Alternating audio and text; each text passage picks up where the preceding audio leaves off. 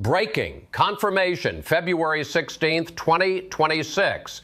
If you're locked into your screen right now watching those red alerts explode across every news app, from the CNN to Fox to international feeds, confirming what just detonated in a federal courtroom, you need to understand this is not rumor, not speculation, but sworn testimony under oath that just triggered the single most devastating financial earthquake in modern American political history, where Melania Trump herself took the witness stand, and within a span of 6 hours, prosecutors seized $3.2 billion in assets and placed 22 properties under immediate court control in a judicial blitz so precise and so crushing that legal experts are calling it the most consequential testimony by a former First Lady ever recorded. Picture the scene inside that courtroom moments before it all unraveled. Silence so thick you could hear individual heartbeats. No shuffling papers, no whispered sidebars, just the hum of cameras positioned outside and the unmistakable electricity of witnesses understanding something irreversible was about to crack wide open. Then Melania Trump, composed and measured, began answering questions under oath. And what followed was not emotional theater or dramatic accusations, but surgical precision. Question after question about internal asset valuations, property holdings tied to the Trump organization, knowledge of specific financial transactions, timelines of decision-making chains that prosecutors had been dissecting for months. And her responses, according to multiple courtroom observers, did something prosecutors desperately needed. They removed ambiguity. When you testify under oath, every word carries legal weight. Every confirmation establishes knowledge. Every clarification defines intent. And when ambiguity disappears from complex financial cases, courts move with lightning speed because sworn statements transform contested allegations into documented facts that judges can act on immediately. Legal analysts monitoring the proceedings noted that Melania's answers aligned precisely with documentary evidence prosecutors already possessed: internal communications, valuation drafts, loan applications, tax filings. And that alignment collapsed one of the most powerful defenses in financial cases: plausible deniability. She confirmed that certain property valuations were discussed internally long before they were submitted to lenders and insurers.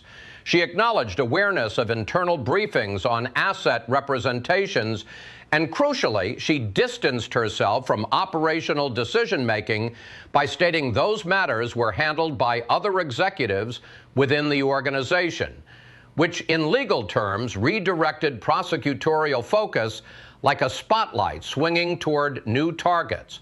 Because if she wasn't involved in crafting those valuations, prosecutors now had sworn justification to tighten scrutiny on who was. By the end of that day, legal filings moved at a pace that stunned even veteran courtroom watchers. Judges reviewed emergency motions in real time. Prosecutors cited sworn statements as legal justification. And then came the number that sent shockwaves through financial markets and political circles alike: $3.2 billion in questioned assets, 22 properties placed under court supervision, not symbolic penalties or future threats, but immediate and forcible control, where properties long seen as pillars of the Trump real estate empire suddenly shifted from private hands to judicial oversight. This was structural. This was instant. This was the kind of asset freeze that narrows financial maneuverability to a razor's edge, because deals can't be quietly restructured. Equity can't be repositioned. Refinancing pathways close. And lenders watching from the sidelines start reassessing their exposure to entities now operating under court supervision. The properties affected reportedly include flagship commercial real estate in New York City, luxury hospitality holdings in Florida, and international licensing entities whose valuations were allegedly folded into loan packages submitted during critical refinancing periods. And when prosecutors aggregated those figures across multiple years, the exposure crossed into multi-billion-dollar territory, which is precisely when the judge intervened and ordered the temporary freeze, citing risk of asset dissipation, the legal term for concern that assets could be moved, restructured, or leveraged in ways that complicate enforcement later. What makes Melania's testimony so explosive is not just what she said, but what it enabled prosecutors to do: establish knowledge, confirm timelines, connect documentary evidence to human decision-making, and eliminate the ambiguity that often protects defendants in complex financial cases, because once a court sees alignment between sworn testimony and internal records, the threshold for emergency action drops dramatically. Legal experts immediately drew parallels to the broader civil fraud case brought by New York Attorney General Letitia James against Donald Trump and the Trump Organization, where inflated asset valuations form the backbone of the state's argument. And now, with sworn testimony confirming internal awareness of those valuation practices, prosecutors have the legal ammunition to argue that representations weren't accidental errors, but strategic decisions, which transforms the entire nature of liability from negligence to intent. Inside the courtroom, the judge's tone shifted noticeably after Melania's testimony concluded. Questions grew more pointed, deadlines became stricter, and when the court ordered supplemental documentation, including internal emails, valuation drafts, and executive approvals, to be produced within a compressed time frame, it signaled that this case had moved beyond symbolic dispute into active enforcement mode, where every document, every signature, every communication chain would now face sworn scrutiny. Defense attorneys attempted to compartmentalize responsibility, arguing that valuation professionals operated independently and that senior figures relied on expert advice. But prosecutors pushed back hard, suggesting that reliance doesn't absolve responsibility when warning signs are present. And the judge's questions made clear that courts are less interested in optics than in consistency. If sworn testimony from one witness says one thing, but internal documents suggest familiarity with high-level financial outcomes, credibility becomes an issue. And credibility in civil cases can shape remedies just as powerfully as raw evidence. For Donald Trump, this represents a financial pressure point unlike anything faced before, because asset control doesn't mean permanent loss yet, but it means oversight. It means restriction. It means the court, not the owner, determines what happens next with properties that have served as collateral anchors for loans and leverage structures across the broader business network. And when that flexibility disappears, financial breathing room narrows to the point where every move requires judicial approval, every transaction faces scrutiny, and the kind of rapid repositioning that large real estate portfolios depend on becomes legally impossible. Financial markets didn't panic, but lenders took notice.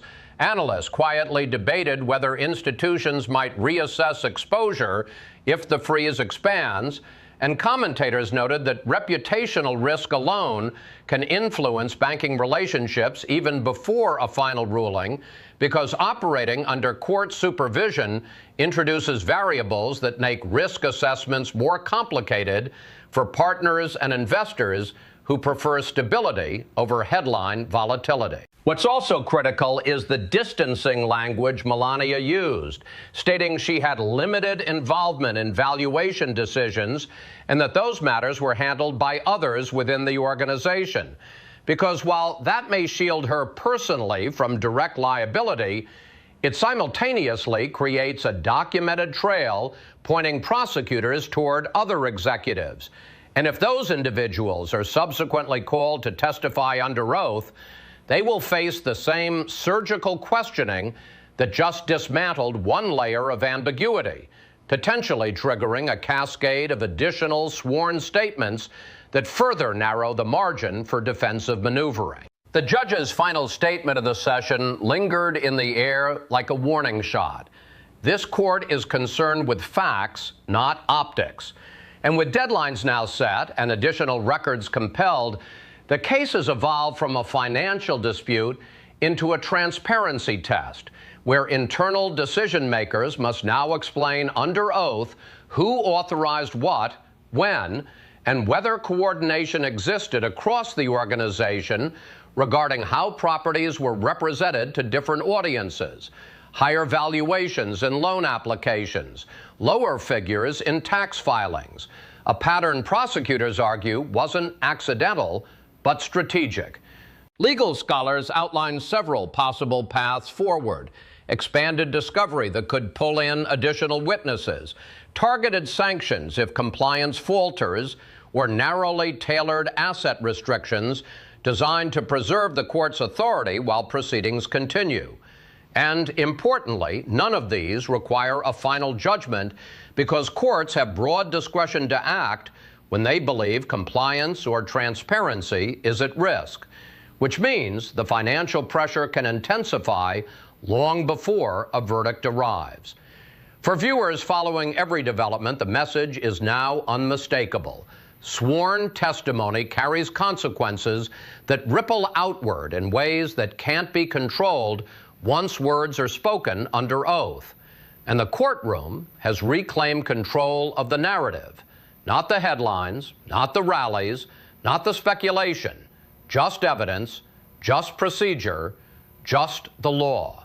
Grinding forward, one deposition at a time. As the next hearings approach, the question is no longer whether this case matters, but how far its implications will reach once the court finishes asking its questions, compiling its documents, and weighing the credibility of every witness who takes the stand to explain how $3.2 billion in assets ended up under judicial supervision within 6 hours of a former First Lady confirming what prosecutors had suspected all along.